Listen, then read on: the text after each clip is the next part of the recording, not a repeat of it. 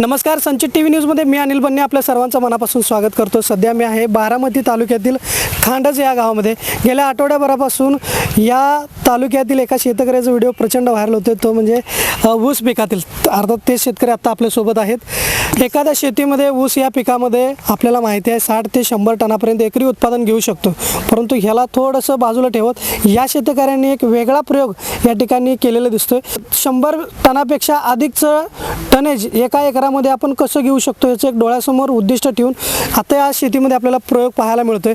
बघूयात नेमका हा प्रयोग काय आहे आणि हा साधासुद्धा शेतकरी नाही तर उच्च विद्या विभूषित असणाऱ्या शेतकऱ्यांनी हा प्रयोग केलेला आहे। त्यामुळे ह्यामध्ये कोणत्याही पद्धतीचं सस्पेन्स आपल्याला पाहायला मिळत नाही, जे आहे ते एकदम पारदर्शकपणे या शेतीमध्ये आपल्याला पाहायला मिळतोय। आणि सविस्तर माहिती आता आपण घेणार आहोत। आपल्यासोबत शेतकरी सुरेश काळे सर आणि त्यांचे चिरंजीव सिद्धार्थ काळे सर हे दोघेही आता आपल्यासोबत आहेत। सगळ्यात पहिल्यांदा सर, सगळा महाराष्ट्रातले शेतकरी आता आपल्याकडे बघतोय आणि खूप कुतूहल आहे ही शेती नेमकं काय आहे। अगदी जगभरातला पहिला प्रयोग म्हणायला हरकत नाही, एक वेगळा प्रयोग तुम्ही आज डोळ्यासमोर ठेवून एक उद्दिष्ट ठेवून तुम्ही करताय। तर सगळ्यात पहिल्यांदा तुमचा परिचय सर्वांना द्या। नमस्कार, मी सुरेश काळे, माळेगाव सहकारी साखर कारखान्यामध्ये मुख्य ऊस विकास अधिकारी या पदावरती काम करतो।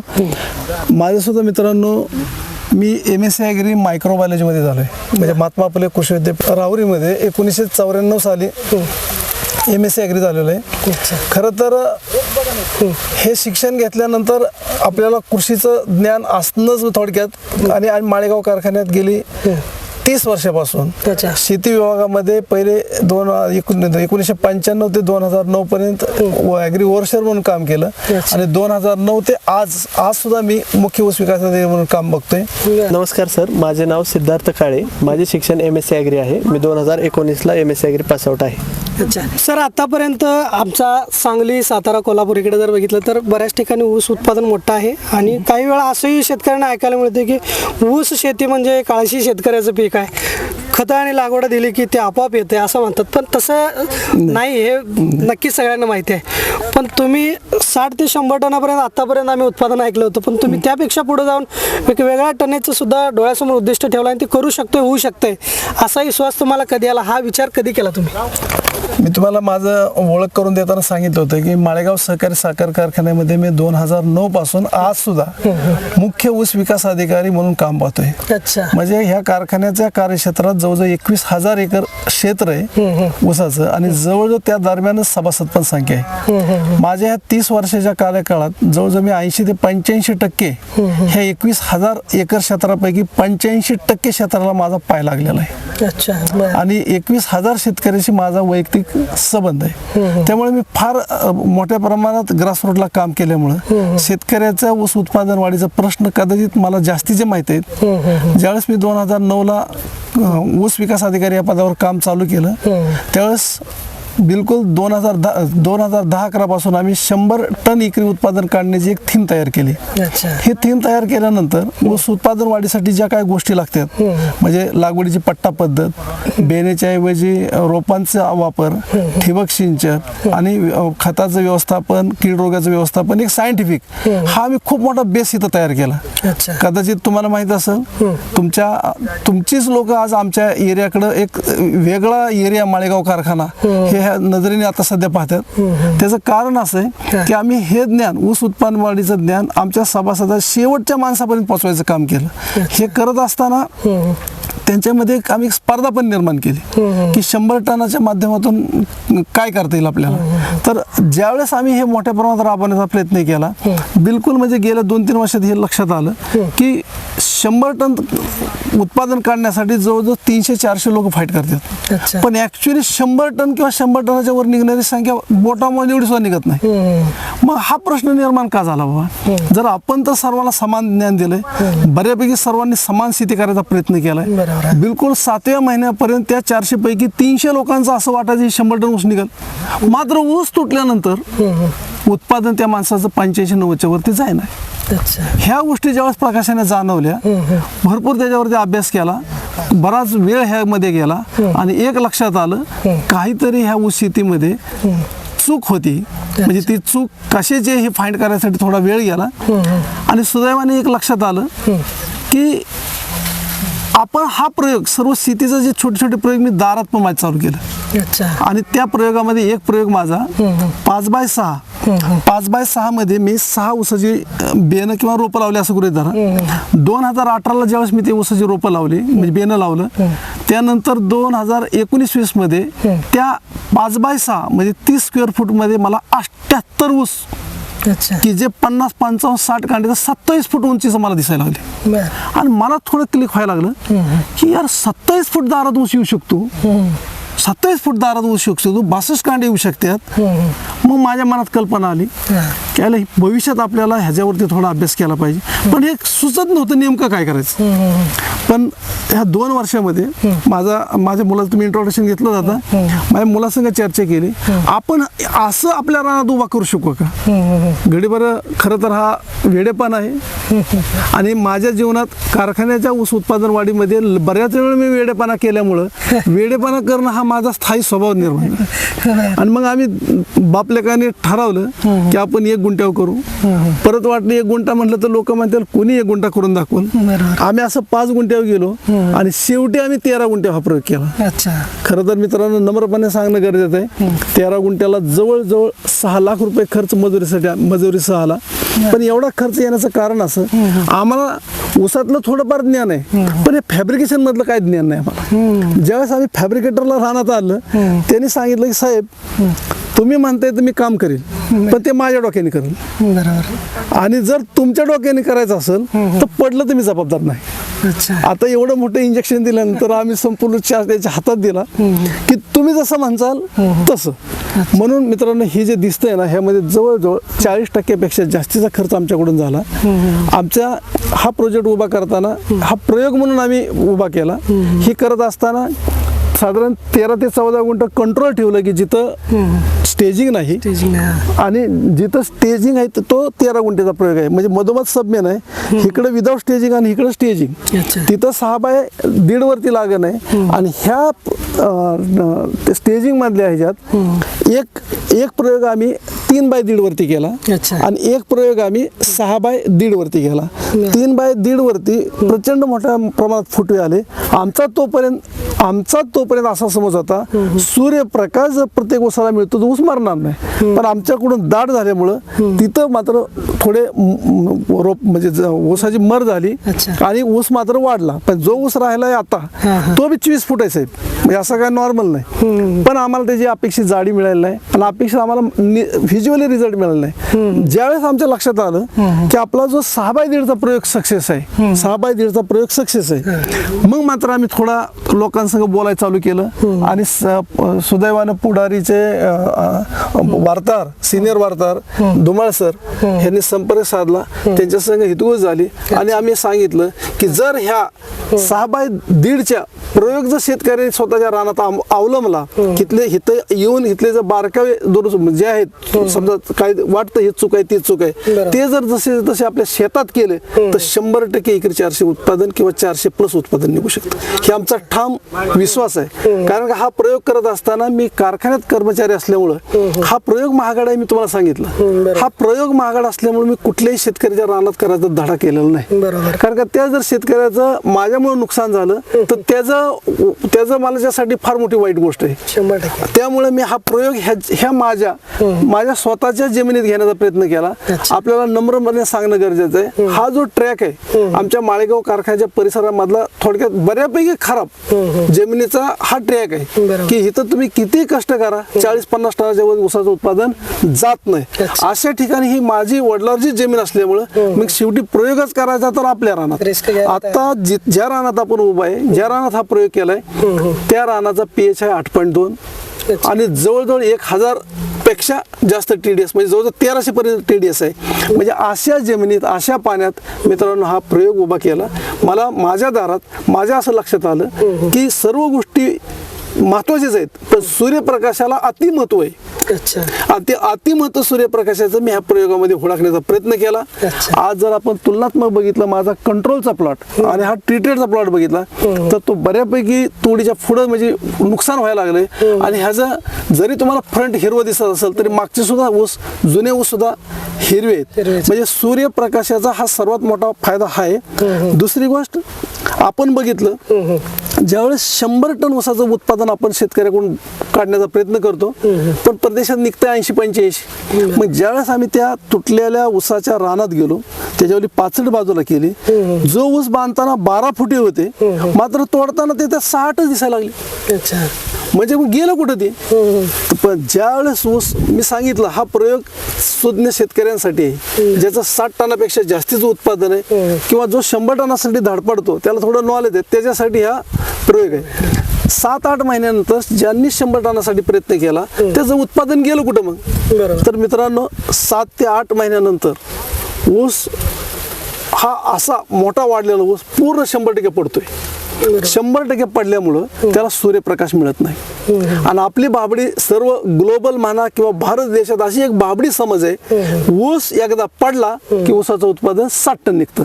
म्हणजे आपण 4 माणसात बसलो तरी आपण मजेने सांगतो माझा ऊस पडला म्हणजे मला काय सांगायचंय माझा ऊस 1 नंबर आहे. बरोबर आहे. आणि एकदा पडला की 60 टन निघतो आणि तोच ऊस परत सूर्यप्रकाशाकडे वळायला लागला आणि परत पडला की तो 80 टन निघतो. पण आपल्या संपूर्ण देशात ह्या संदर्भात एक आपलाच गैरसमज असा आहे ऊस जितक्या वेळा पडेल तेवढं उत्पादन वाढतं. पण मित्रांनो उत्पादन वाढत नाही तर जवळजवळ 40-50-60% उत्पादन घटतंय. कारण का पडलेला जो ऊस आहे ना पडलेला ऊस फक्त सूर्यप्रकाश घेण्यासाठी वळत असतो. हे मात्र कोणाला थोडी आयडिया नव्हती आणि हे मला गेल्या 4-5 वर्षापासून मला ते थोडं सापडलं. आणि हे जर आपण उलटा विचार केला की असा ऊस जर आपण पडून नाही दिला तर मित्रांनो तो 6 ते 8 किलो पर्यंत ऊस जाऊ शकतो. आणि अजून ह्याच्याबद्दल मी आता लगी बोलणं उचित नाही पण ज्या ऊसास 100% सूर्यप्रकाश सकाळी 7 ते संध्याकाळी 6 मिळत असेल तर त्या ऊसाची रिकव्हरी सुद्धा आपल्याला थोडी भविष्यात चेक करणं गरजेचं आहे. मी पडलेल्या ऊसाची स्टोरी सांगायच्या मध्यंतरी सोडलं.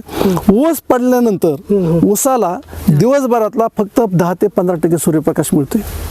आणि सूर्यप्रकाश हे सर्व सृष्टीचा थोडक्यात सर्वात मेन घटक आहे. अन्न प्रक्रिया जी काय मेटाबॉलिझम आहे ते सर्व म्हणजे फोटोसिंथेसिस वगैरे जे प्रकाश शोषण्याची क्रिया आहे ते सूर्यप्रकाश जेवढा जास्त मिळेल तेवढा तो विकसित होतं तेवढं त्याचं मॅटरमध्ये स्टोअर होतं.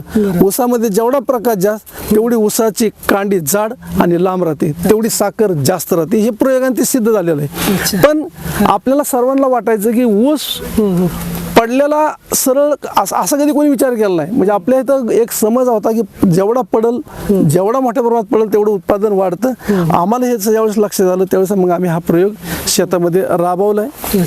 आणि मला वाटतं तुम्ही हा प्रत्यक्षात सर्व पाहावा.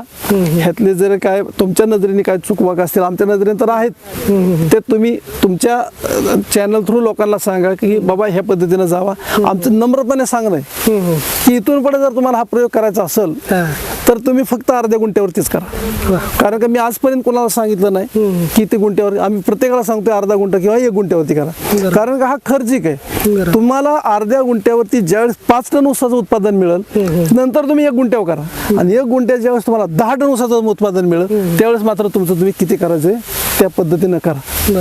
कारण का आमचा असा बिलकुल क्लेम पहिल्या दिवशी पण नाही आज पण नाही की ह्यात 400 टन ऊस आहे. बऱ्याच शेतकऱ्यांचं असं म्हणणं आलं की बाबा ऊस तुटला तर स्लिपा द्या. मित्रांनो आम्ही कष्टाने हे सर्व उभा केलंय. सर्व आमचे जे प्रामाणिक कष्ट आहेत ते तुम्ही हिथं आल्याशिवाय तुमच्या लक्षात येणार नाही. त्यामुळे माझी अख्ख्या महाराष्ट्रातल्या तमाम शेतकरी बांधवांना नम्र विनंती एक 4-5 दिवस अजून ऊस राहील. कारण का ऊसाला 1 महिना झाला तोड आलेली. आता आम्हाला सुद्धा कंट्रोल करणं सर्व गोष्टी अवघड आहेत. या व्हिडिओच्या माध्यमातून मी सर्वांना विनंती करेल की तुम्ही ऐकण्यापेक्षा आणि बाहेर चर्चा करण्यापेक्षा एक वेळेस आपल्या मुलाबाळ ह्यासाठी की एखाद्या घरातला करता पुरुष येतो सांगतो पण घरचं कोण ऐकत नाही. बरोबर. त्यापेक्षा सर्व कुटुंबानिशी हे बघा आणि जर तुम्हाला पटलं तर अर्ध्या गुंठाने सुरुवात करा, यश मात्र खात्रीशीर आहे. अच्छा ओके, धन्यवाद. सर, एक प्रश्न उभा राहतो या ठिकाणी. जे काही फॅब्रिकेशन आहे किंवा ही जी काही रचना आहे, स्ट्रक्चर कशा पद्धतीने उभं केलं आहे? कारण ज्यावेळी ऊस लावल्यानंतर आतलं जे मेंटेनन्स सर्व सांग. त्याबद्दल काय सांग? कसं झालं, ज्यावेळेस आम्ही हे करायचं ठरवलं त्यावेळेस पहिल्यांदा आपण आउटर साईड म्हणजे बाहेर करून घेतलं आणि ऊस बांधणी झाली की आपल्या मशागती संपतात. बरोबर. ऊस बांधणी झाल्यानंतर आम्ही अंतर्गत केलं. हे सर्व करत असताना थोडक्यात आम्हीच आमच्या बुद्धीला, सदविवेक बुद्धीला जे योग्य वाटेल ते करत राहिलो.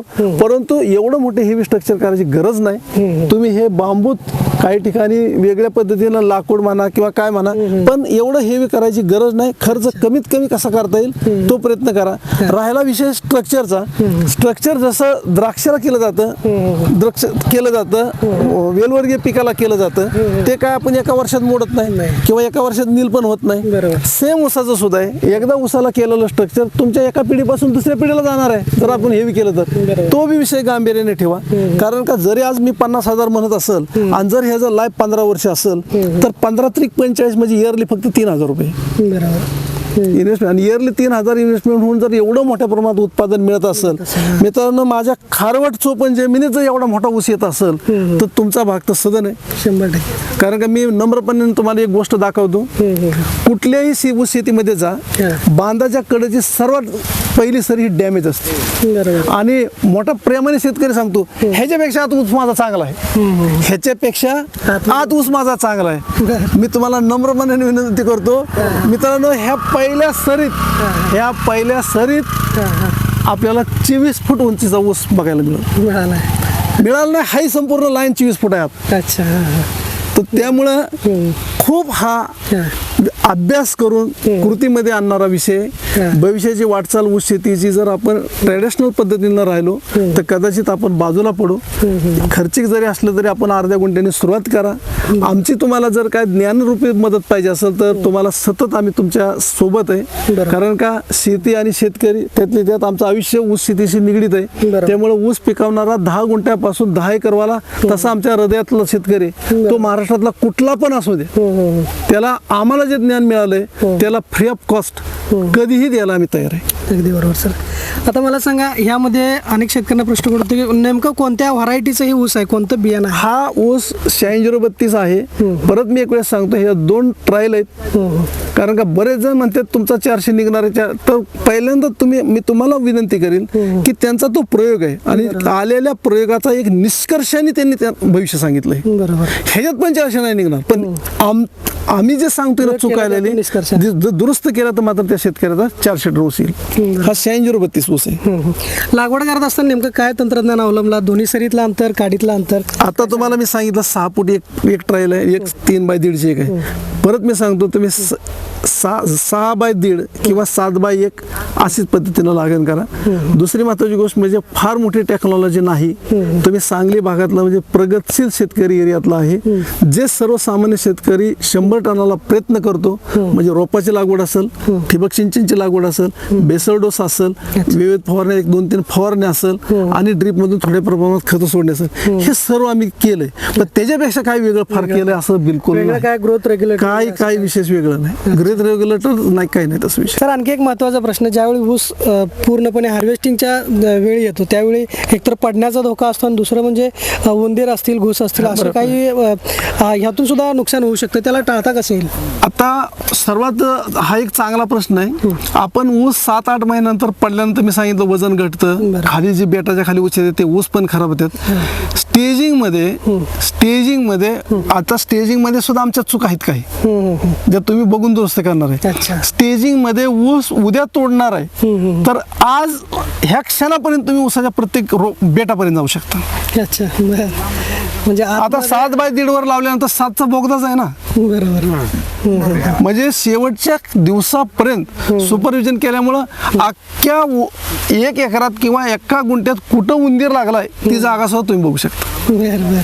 आता इथं बघितलं तर खूप उंच ऊस वाढलेला आहे, पण काही ठिकाणी लवकर तुरा येऊन ऊसाचं वजन सुद्धा. आता कसं होतंय, तुरा येणं ही प्रक्रिया खूप वेगळी आहे. 8632 मध्ये त्या व्हरायटीचं काय म्हणतो आपण नाही ड्रॉबॅक नाही, ते व्हरायटीमध्ये प्रमाण आमच्या इथं कमी आहे. अच्छा. 86. पण शक्यतो पूर्व हंगाम आणि सुरूमध्ये ना 265 याला मोठ्या प्रमाणात, आडसालीमध्ये तुऱ्याचं प्रमाण थोडं कमी आहे आमच्या भागात. अच्छा. पण 265 मात्र तुरा दिसायला लागलाय, 10,000 एकला चांगला दिसायला लागला. सर आता हे एवढा उंच वाढलेला किती महिन्याचा कालावधी आहे किंवा लागवड एक आहे का 1/8ला ऊसाची रोपांची आम्ही लागण केली, बिलकुल 16 महिने कंप्लीट होऊन 17 महिना चालू आहे. चालू आहे.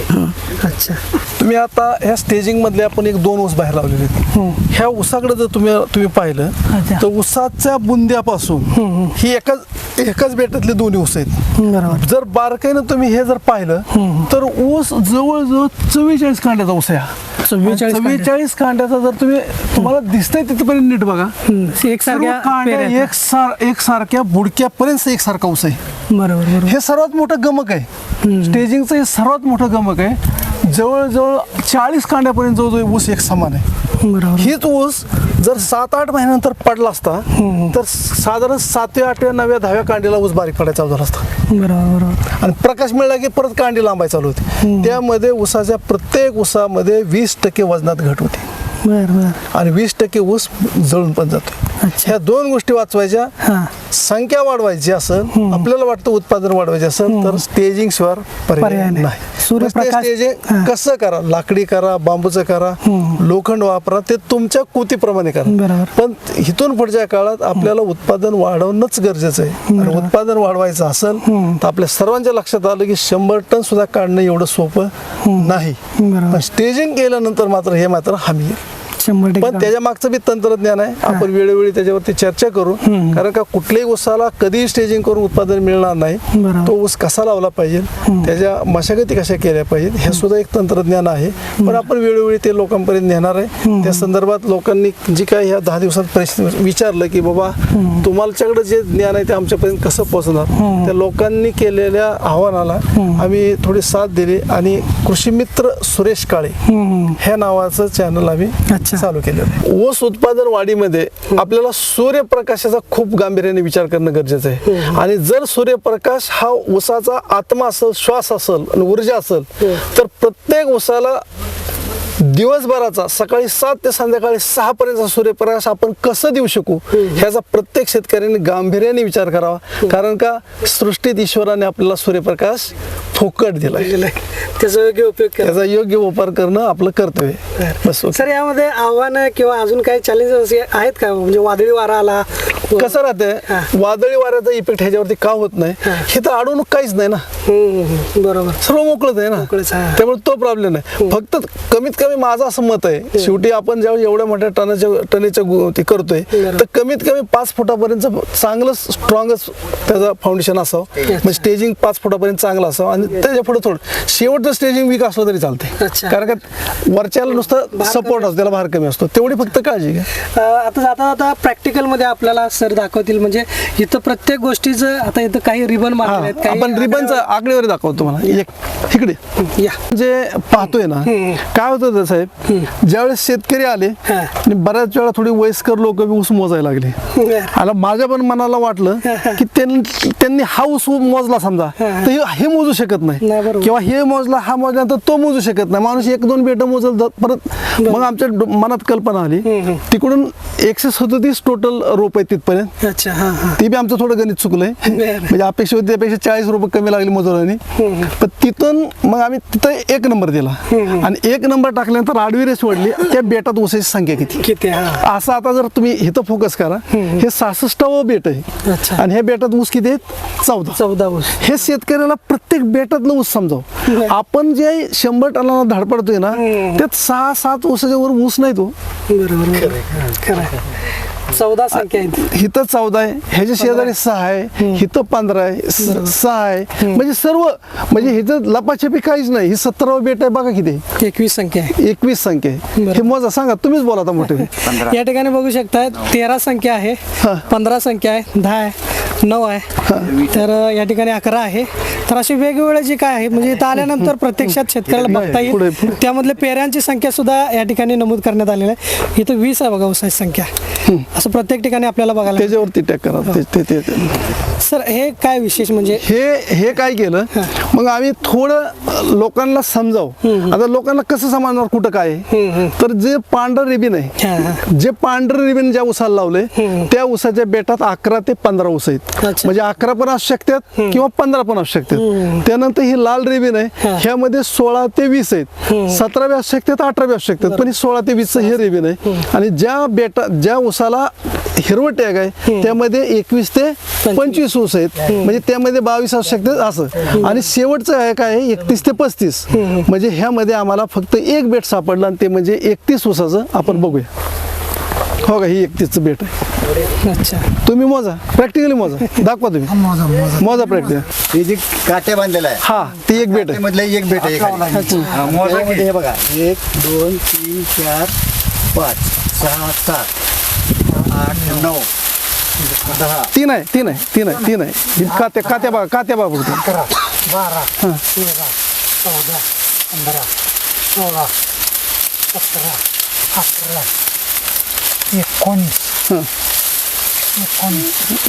21 22 23 24 25 26 27 28 29 30 आणि 31. शेतकरी बंधूंनो, ह्या लाईन मध्ये आपल्याला हे एकच बेट सर्व नाही, एकच बेट आपल्याला 31 फुटव्यांचं मिळलं. फुटवे म्हणजे नेमकं काय तर हे ऊस गाळपाला जाणारं मिळलं.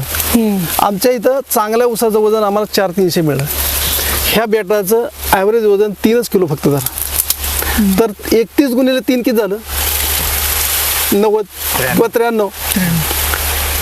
कल्पना करा तुम्ही की एखादं बेट तुम्हाला 90 किलोचं मिळालं. जसं आपण केळीचं उदाहरण घेऊ, केळी 7x5 मध्ये 1260 रुपये बसतात. प्रत्येक चांगला शेतकरी सातत्याने प्रयत्न करतो की आपल्याला 37 किलोचा गड मिळावा, 38 किलोचा गड मिळावा, 42 किलो मिळावा. म्हणजे केळीमध्ये जर एखाद्याने टार्गेट ठेवलं की 40 किलो आपल्याला गड मिळवायचा आहे तर तो ॲव्हरेज कमीत कमी 37 किलो काढतो. बरोबर आहे. मला त्याला सर्व माहीत राहतं ना नेमकं काय करायचं. मित्रांनो, हे जे टॅगिंग केलं ना आम्ही, हे पाहता आपण जे तुम्हाला सांगतोय ना, म्हणजे आम्ही जे तुम्हाला सांगतोय ना नम्रपणे की 400 टन ऊस निघू शकतो, तर तुम्हाला ह्यामध्ये 7x1 वरती फक्त 12 फुटाची गरज आहे. 7x1 वरती एका बेटात ऊसाची किती गरज आहे? 400 टन ऊस निघायला फक्त 12. आणि 6x1.5 मध्ये फक्त 15 ऊसाची गरज आहे. मग हे अशी बेटर आणत असतील आणि 20 ते 25 मध्ये जर तुम्हाला नंबर ऑफ बेटर बघायला मिळत असतील तर आमचा मेसेज काय चुकीचा आहे. अगदी 100% म्हणजे एकरात 400 टन जो आहे तो निश्चितपणानेच ह्यातून निष्कर्ष मिळू शकतो. आणि बरं बघा, प्रॅक्टिकली आपल्याला ती म्हणजे असं काहीच नाही ना, समोर दाखवलंय तुम्हाला. बरोबर आहे. आपण केळीचाच कन्सेप्ट ऊसात पण आणला पाहिजे ना, ॲक्युरेसी तेवढी पाळली पाहिजे ना. बरोबर आहे. शेवटी हो का, हा प्रयोग सर्वांना लागू होतो का? नाही. समाजातले जे काय क्रीम शेतकरी आहेत जे स्वतःचा याचा व्यवसाय बघत नाही, व्यवसाय म्हणून बघतात, त्या लोकांनी पुढे यावं, त्यांचं बघून दुसऱ्या लोकांनी पुढे यावं, हीच अपेक्षा, दुसरं काय नाही. आणि अगदी तुम्ही सुरुवातीलाच क्लिअर केला की अर्धा गुंठा करा, अर्ध्या गुंठ्यात 5 टन ऊस निघाला, 1 गुंठा करा, 1 गुंठ्यात 10 टन ऊस निघाला, तुम्ही तुमच्या मनाने काय बी करा. पण तत्पूर्वी थोडं आम्हाला संपर्कात राहा. आमचा कमीत कमी इव्हन प्लॉट तरी बघा, प्लॉट मधल्या चांगल्या वाईट दोन्ही गोष्टी बघा. आम्ही 100% जिंकलोय असं डोक्यातनं पहिल्यांदा काढून टाका. तुमचा सर्व जे काय लोकांना असं वाटतं की आम्ही लोकांना सांगतोय म्हणजे आमच्या रानात आहे का, प्रयोग करणारा जे लोक आहेत ना, प्रयोग करणारी, ते अख्ख्या 100 गोष्टीपैकी त्याला सर्वात जास्त गोष्ट कुठल्या नंबरची आवडली ते पब्लिश करतो. आम्ही सुद्धा तेच काम केलं. कारण का आम्ही सुद्धा मित्रांनो, मी मगाशी सांगितलं तुम्हाला ओळखमध्ये, मी सुद्धा MSc ॲग्री मायक्रोबायोलॉजी मध्ये, जे डोळ्याने दिसत नाही ना त्यात माझी मास्टर की. आणि माझा मुलगा सिद्धार्थ हा ह्याने BSc ॲग्री पुण्यात केलं, ICAR थ्रू देशात दुसरा आहे, बँगलोरमध्ये त्यांनी MSc ॲग्री केलं. आणि जाता जाता मला पप्पा मला चेक करून दे की मला किती ज्ञान आहे. त्यांनी परत PhD ची एंट्रन्स दिली ICAR ची, तो देशात पहिला आहे. मित्रांनो, हे जे तुमच्या पुढे मांडलंय ते कोणी बी मांडलंय असं समजू नका. ह्याचा खूप मोठा आमचा फाउंडेशन आहे. आम्ही 30 वर्ष हे भविष्यात दिसावं म्हणून आम्ही आमच्या आयुष्याची घातलेली. म्हणजे त्याच्यामुळे तुम्ही ह्या गोष्टी गांभीर्याने बघा की हे कोणी उभा केलंय ते काय म्हणजे आमचा मीपणा नाही, बरोबर. पण बऱ्याच जणांना असं वाटतं की मित्रांनो तसा विचार करू नका. ही सर्वांना कळकळीची नम्र विनंती आहे. धन्यवाद सर. तुमचा 30 वर्षाचा अनुभव नक्कीच शेतकऱ्यांना एक प्रेरणा देणारा आणि ऊर्जा देणारा, आणि प्रत्यक्षात तुम्ही तुमच्या बारामती तालुक्यातल्या अनेक शेतकऱ्यांपर्यंत त्यांच्या बांधापर्यंत जाऊन मार्गदर्शन केलेलं आहे. आजचा सुद्धा व्हिडिओ अनेक शेतकऱ्यांना प्रेरणादायी ठरणार आहे आणि एक वेगळा प्रयोग करू इच्छिणाऱ्या शेतकऱ्यांसाठी नक्कीच सर मार्गदर्शक म्हणून कायम आपल्यासोबत राहणार आहे. Thank you thank you thank you thank you. धन्यवाद सर, तुम्ही वेळ दिलात त्याबद्दल मनापासून मी धन्यवाद. परत एकदा तुमच्या चॅनलच्या माध्यमातून विनंती करतो, तुमच्या भागातली तर संख्या प्रचंड आहे आमच्याकडे येणारी. आज ह्या 5-7 दिवसात आम्हाला रेकॉर्ड ठेवणं शक्य झालं नाही, कारण का आम्ही बापले एक टीम ऍडजस्टमेंट करत, तुम्ही तर बघता आल्यापासून बरोबर. आमची अवस्था वाईट इथं आहे. आल्यापासून 100 शेतकरी आमच्या समोरच निघून गेलेत आणि इतकं digital येत आहेत. त्यामुळं तुम्हाला नम्र विनंती आहे, चॅनलच्या माध्यमातून जरी तुम्हाला इन्फॉर्मेशन मिळाली तर प्रत्यक्षात पाहायला या, आम्ही तुमची वाट बघतोय. धन्यवाद सर. तर शेतकरी बंधूंनो, इथं आल्यानंतर सगळं आपण प्रत्यक्षात पाहिलेलं आहे. या पाठीमागं असणारी थेअरी, या पाठीमागं असणारा काळे सरांचा अनुभव, हे सारं काही आपण जाणून घेतलेलं आहे. त्यांनी या अगोदर सुद्धा अनेक प्रयोग केलेले आहेत आणि त्यातून ह्या प्रयोगासाठी आता एक चांगला त्यांना निष्कर्ष आलेला आहे. ह्यातून एक चांगला मेसेज आज समाजामध्ये जातोय. परंतु त्यांनी वेळोवेळी सांगितलेलं आहे की हा प्रयोग मोठ्या प्रमाणात करण्यापेक्षा अर्ध्या गुंठ्यामध्येच 5 टनाचं उत्पादन इथं आपण घेऊ शकतो का हे अगोदर बघा, आणि त्यानंतर तुम्ही मोठ्या क्षेत्रावरती हे करू शकता. हे पण हे करण्या अगोदर इथं प्रत्यक्षात या, डोळ्यांनी पहा, संपूर्ण फॅमिली घेऊन या, इथं चर्चा करा. त्यानंतर यातले काही आव्हानं असतील, प्रत्यक्षात सरांचे सुद्धा काही चुकायात घडल्या असतील, त्यापेक्षा वेगळं जरी तुमच्याकडे काही वेगळं नॉलेज असेल, वेगळा प्रयोग करू शकणार असेल तर आम्हाला सांगा. ते सुद्धा सरांना सांगा, जेणेकरून सर आता सुद्धा अनेक शेतकऱ्यांना ट्रेनिंग देत आहेत, अनेक शेतकऱ्यांच्या बांधावरती ते जात असतात. तुमच्याकडून सुद्धा 4 गोष्टी त्यांनाही ऐकायला मिळतील. अशा पद्धतीचा हा प्रयोग निश्चित आपण करू शकताय. आणि आता काही बरेचसे इथं शेतकरी, आम्ही सकाळपासून इथं आहोत, तर अनेक शेतकरी, अगदी शेकडो शेतकरी सकाळपासून येत आहेत, वेगवेगळ्या माध्यमातून इथं भेटत आहेत. सर सकाळपासून काळे सर आणि त्यांचे चिरंजीव इथंच म्हणजे संपूर्ण वेळ शेतामध्येच ते थांबलेले दिसतात आपल्याला. तर बघूयात काही शेतकरी आहेत, त्यांच्या प्रतिक्रिया काय आहेत, नेमकं इथं आल्यानंतर काय बघितलं, काय करू शकतोय, हा प्रयोग यशस्वी होऊ शकतोय का नाही, काय सांगतात बघत शेतकरी. सर कुठून आलात, तुमचा परिचय? निरावग बारामतीतून झालं. काय वाटतं इथं आल्यानंतर हा प्रयोग यशस्वी होऊ शकते असं वाटतं? 100% होणार सक्सेस. होऊ शकते. तुम्हाला काय वाटतं? नक्की सक्सेस होणार. आता मी माळेगाव कारखान्याच्या कार्यक्षेत्रात इथं आहे. अच्छा. आणि सर माळेगाव कारखान्याचेच अधिकारी आहेत. तुम्ही इथलंच आणि आपला विषय आहे. आणि प्रत्यक्षात आम्ही यूट्यूबवर पाहिलं होतं आणि आता इथं प्रत्यक्षात आल्यानंतर जे पाहिलं ते अगदी म्हणजे डोळ्याला, म्हणजे यूट्यूबवर पाहणं आणि प्रत्यक्षात येऊन पाहणं यात फार मोठा फरक आहे. आणि या सरांचं जे लेक्चर आता जे ऐकलं आणि त्यांनी जी काय माहिती दिली, खरंच म्हणजे घेण्यासारखे आहे. आणि प्रत्येकाने शेती करणाऱ्यांनी काहीतरी 30-40 टन ऊस निघाला की समाधानी न मानता याचा असा प्रयोग आणि सरांच्या मार्गदर्शनात जर राहिलं तर नक्कीच असं वेगवेगळ्या ठिकाणी स्वतःच्या शेतात सुद्धा करू शकतात. आणि असं स्ट्रक्चर उभा केलं तर त्यांनी पर्याय सुद्धा वेगळे सांगितलेत. आणि सरांच्या मार्गदर्शनाखाली नक्कीच अजून भरपूर चांगले ऊस येऊ शकतात. आणि इथं आल्यामुळं हे बघायला मिळाल्यामुळं फार समाधान वाटलं, सरांना भेटल्यामुळं समाधान वाटलं. यानंतर आता तुमच्याकडे येतो, तुम्ही याच भागातले आहात. सध्या इथं बघितलं तर जमिनीचा पोत सुद्धा आपल्याला बघायला मिळतोय.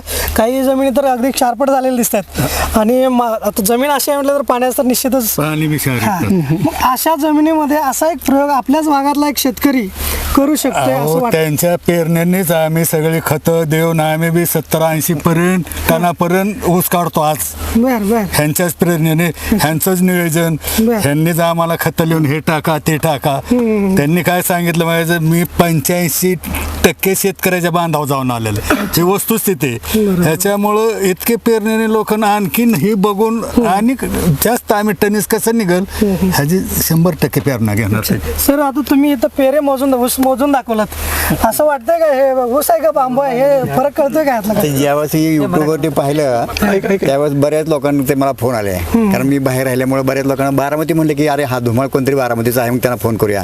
परवा दिवशी 7 जिल्ह्यात नाही फोन आला, धुमाळ तुमच्याकडे यायचं. म्हणजे काय विषय बस म्हणजे 400 टनाचं काय आहे म्हटलं सर 400 टनचा विषय घेऊ नका आमचे ते काळे सर म्हणून आहेत माळेगाव कारखान्याचे त्यांचं नाव मी प्रत्येक वेळेस आमच्या पाहुण्यांकडनं ऐकत असतो काळे सरांचं प्रबोधन काळे सरांचं मार्गदर्शन काळे सरांचं सहाय्य वगैरे म्हणून तुम्ही प्रत्यक्ष या आणि बघूया आणि त्यानंतर तुमचा आणि माझा संबंध आला आणि आज आपण या प्लॉटमध्ये उभा आहे नशीबवान आहे मी म्हणजे 40 वर्ष बाहेर काढून आज शेतामध्ये उभा आहे माझी शेती आहे परंतु मी शेतात जात नाही बरोबर. आणि आज ह्या सरांच्या शेतामध्ये उभा आहे आणि एवढं बघून खरं डोळ्याचं पारणं फेटलं माझ्या आहे की नाही अशी येतो डोक्यामध्ये विचार नाही का पडल्या असं असायला पाहिजे बाहेरच्या पण UP मेरठ वगैरे जगामध्ये मेरठ सगळ्यात पहिला होता पण आजच्या तारखेला जगामध्ये सगळ्यात जास्त ऊसाचं उत्पादन कुठं असेल तर बारामती तालुक्यात होतं अच्छा. ही ऑल इंडियाची न्यूज आहे बरोबर. आणि त्याप्रमाणे जर असं केलं तर बारामतीचा कायम उच्चांक आहे आणि बारामतीमध्ये बरोबर महाराष्ट्राचाही उच्चांक आहे आणि काळे सर 30 वर्षापासून हा माणूस प्रत्येकासाठी झटतोय आणि त्याचं हे फळ आपण बघतोय आणि ह्याला खरंच साहेबांचं सगळ्यांनी अभिनंदन केलं पाहिजे सगळ्यांनी त्याचं मार्गदर्शन घेतलं पाहिजे आणि आपापल्या शेतामध्ये असे प्रयोग केले पाहिजे छोट्या प्रमाणावर का होईना आपण करा आणि काय त्यातनं निष्कर्ष निघतोय ते सांगा समजा त्यांनी काय सांगितलं त्यातनं आपल्याला अजून काय प्रेरणा नाही सर असं केलं तर काय होईल ठीक आहे ना तुम्ही विचारू ना सरांना सर सांगतील असं केलं तर असं होईल तसं केलं तसं होईल का जे तुमचा प्रश्न खराब असू शकतो त्यातून काय पॉझिटिव्ह निघू शकतं बरोबर. त्यामुळे सरांचं जे म्हणणं आहे खरंच 30 वर्षे माणूस जर एखाद्या शेतकऱ्यासाठी किंवा एखाद्या कारखान्यासाठी जर झटत असेल त्याची ही प्रेरणा आणि त्याचं हे कष्ट आज खरंच कामाला आलं आहे धन्यवाद सर तुम्ही दिलेल्या प्रतिक्रियाबद्दल. यानंतर आता कर्नाटकातले सुद्धा काही शेतकरी इथं प्लॉट व्हिजिट करण्यासाठी आलेले आहेत. मराठी येते का ಯಾವ್ದು ರೀ ಊರು ನಮ್ದು ಅಥಣಿ ತಾಲೂಕಾ ತೆಲಸಂಗ್ರಿ ತೆಲಸಂಗದಿಂದ ಬಂದಿರಿ ಇದು ನ್ಯೂಸ್ ಎಲ್ಲಿ ನೋಡ್ರಿ ನೀವು ನ್ಯೂಸ್ ಯೂಟ್ಯೂಬ್ದಾಗ ನೋಡಿರಿ ಯೂಟ್ಯೂಬ್ದಾಗ ನೋಡಿ ಇಟ್ಟು ದೂರಿಂದ ಇಲ್ಲಿ ಬಂದಿರಿ ಹೆಂಗ ಅನಿಸ್ತದ್ರಿ ಇದು ಪ್ಲಾಟ್ ನೋಡ್ರಿ ಭಾರಿ ವಿಶೇಷ ಅನಿಸ್ತದೆ ವಿಶೇಷ ಅನಿಸ್ತದೆ ನಿಮ್ಮ ಕಡೆ ಕಬ್ಬ ಬೆಳಿತಾರೆ ನಾವು ಬೆಳಿತೀವಿ 40ರಿಂದ 50 ಭಾಳ ಬೆಳೆದೀವಿ ಅಂದ್ರೆ 70 ತನ ಬೆಳಿತೀವಿ ಇದನ್ನ 70 ಟನ್ ತನ ಬೆಳಿತೀವಿ ನಾವು ಇದನ್ನ ನೋಡಿಕಿಸಿಂದ ನಮಗೆ ಭಾರಿ ಇದನ್ನ ಪ್ರಯೋಗ ನಾವು ಮಾಡಬೇಕಪ್ಪ ಏನು ಹೋಗಿ ಅನ್ನೋ ಲೆಕ್ಕಕ್ಕೆ ನಾವು ಇಲ್ಲಿ ಬಂದಿವ್ರಿ ಬಂದಿರಿ अच्छा. तर शेतकरी बंधूंनो येणाऱ्या काळामध्ये शेती कमी होत जाणार आहे प्लॉट कमी होत राहणार आहेत लोकसंख्या वाढणार आहे कमीत कमी जागेमध्ये चांगलं उत्पादन कसं घेता येईल तर त्यासाठी हा उत्तम प्लॉट आहे तर निश्चितपणे आपण इथं या बघा मार्गदर्शन घ्या आणि सरांनी सांगितल्या पद्धतीने कमी प्लॉटमध्ये करून आपण यशस्वी होतो का हे बघणं मात्र खूप गरजेचं आहे चला अल्पभूधारक शेतकऱ्यांसाठी संधी सपोर्टिंग मध्ये 2 फायदे आहेत एक तर ऊसात उंदीर लागणार नाही आणि सपोर्टिंग मुळे जाडी एकसारखी राहते अच्छा हे बघण्यात आलं माझ्या सगळ्यात महत्त्वाचं तुम्ही सारे बघितला का मग सरांनी सुद्धा सांगितलंय सूर्यप्रकाश किती महत्वाचा आहे महत्वाचा आहे की नाही सपोर्टिंग मुळे जाडी वाढते ऊसाची जाडी एकसारखी राहते तुम्ही सांगली जिल्ह्यात आम्ही दोघं सांगली जिल्ह्यात अच्छा धन्यवाद सर तुम्ही दिलेला वेळ खरंच पुण्यकर्म तुमच्या हातून घडतंय अनेक शेतकऱ्यांना कमी जागेत चांगलं उत्पादन घेण्यासाठी एक चांगलं फॉर्म्युला चांगलं एक टेक्नॉलॉजी तुम्ही घेऊन येत आहे टेक्नॉलॉजी काहीच नाही परंतु त्यात सुद्धा चांगल्या पद्धतीने काहीतरी वेगळं पण करून दाखवू शकतोय याचा एक आत्मविश्वास तुम्ही सगळ्यामध्ये भरतात त्याबद्दल मनापासून धन्यवाद चला भेटूया शेतकरी बंधूंनो पुढच्या बातमीमध्ये तोपर्यंत पाहत राहा संचित TV न्यूज अनिल बन्नेसह प्रमोद जाधव संचित TV न्यूज महाराष्ट्र